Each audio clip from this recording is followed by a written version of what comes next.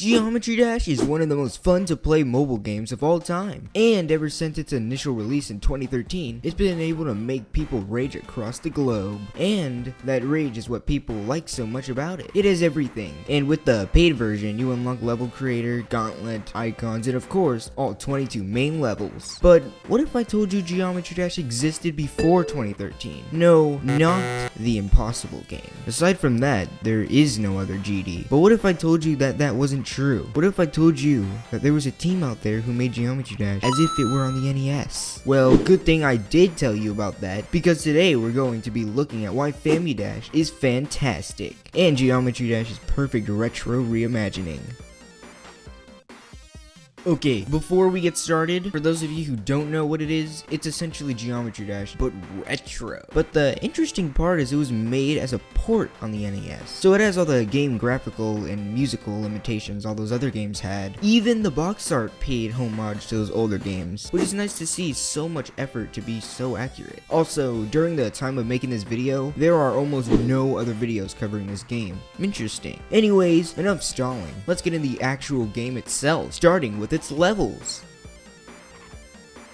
So, very obviously, the first level used is Stereo Madness. There's not much to say. You know Stereo Madness, I know Stereo Madness, we all do, unless you don't know what I'm talking about. They had Stereo Madness up to Electro Man Adventures, so a solid lineup of 13 levels. Also, not to mention that all the levels are pretty much recreated one for one. If there is one thing I admire about this game, it's the effort they clearly put into this thing. You know, I actually don't know who was behind the production of this game. If you do, please tell me in the comments. I'll also leave a link in the description if you want to play this game for yourself. Anyways, I played 3 out of the 13 levels. The first, the last, and Polargeist. Now, I'm playing the first and last levels makes sense, but why Polargeist? Well, the answer is simple. I wanted to see if the jump pads and jump rings, or jump orbs, worked like normal, and it's great to say that they do. They work really well, actually. The main thing I was curious about with this game is how far they were willing to take it in terms of limitations. Remember, they were making this game on a very old game engine, and so they were super limited. That's why I thought it would be more concise if I broke it up into sections. The first section being all about the graphical side of things, and we'll move on from there.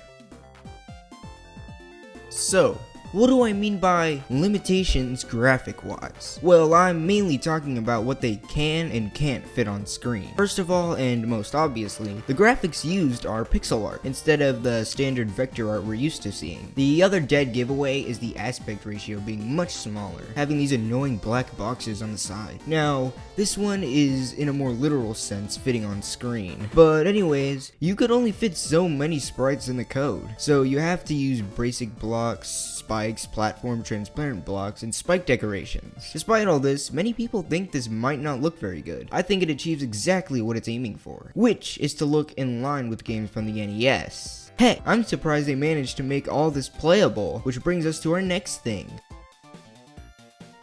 If there is something that surprised me most with this game, it has to be the controls. There are some different aspects from the controls from the other game, so we'll talk about how to traverse the game first. I'm so glad the developers added in the option to map the controls on my keyboard. It really made playing it much more manageable. Anyways, how is it like to play the actual levels? Well, talking about this will take a bit longer. The controls and levels are not as good as you may think they are. First of all, it feels like the screen moves just a smidge faster than the original game. Now, I know Geometry Dash requires you to be alert and react quickly, but this felt a bit too fast, you know? It's like the game went through one of those speed portals, but the whole game is like that. Not to say you can't have any fun, but it does make the game a bit more challenging. And that is true to the NES game. Those games are very difficult, especially for me. So this game sort of achieves that, right? But that is not just the cube. I completely forgot to mention the ship. So the ship is going to take some time for you to get used to. It drops like a brick and takes forever for you to build up enough heat to fly upwards. It's not like it was terrible or anything, but it also felt like things were snapping. It makes sense. If that doesn't, then I'll break it down for you. So, you know when you're working with something on a grid, the items usually snap to certain points, like connector points. What I'm saying is that the ship doesn't feel very smooth. It feels like it's snapping to whatever frame sprites we made. Now, this isn't bad. Honestly, it makes it more fitting for a retro game, but it's no understatement that playing like this is is very uncomfortable.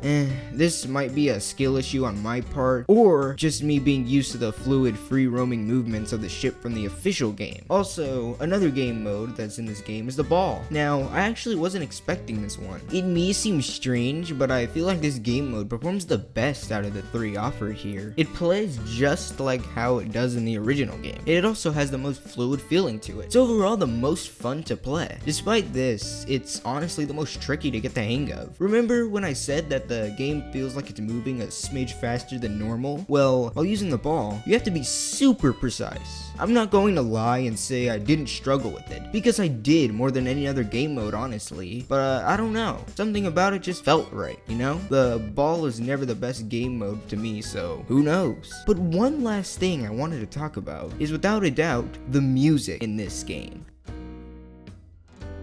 Okay, the music feels super retro. It's hard to explain on my own, so I've left a link in the music in the description. Go check it out if you have time. Anyway, the main thing used here is obviously chiptune, given that it's really the only thing other older games use. The only thing they really could use, but I really enjoy it here. The most dodgy song is probably Poltergeist, given that's one of the only levels I did play, and that's because the range doesn't go as far as the actual song does. But what's surprising in how much of the song they were able to recreate.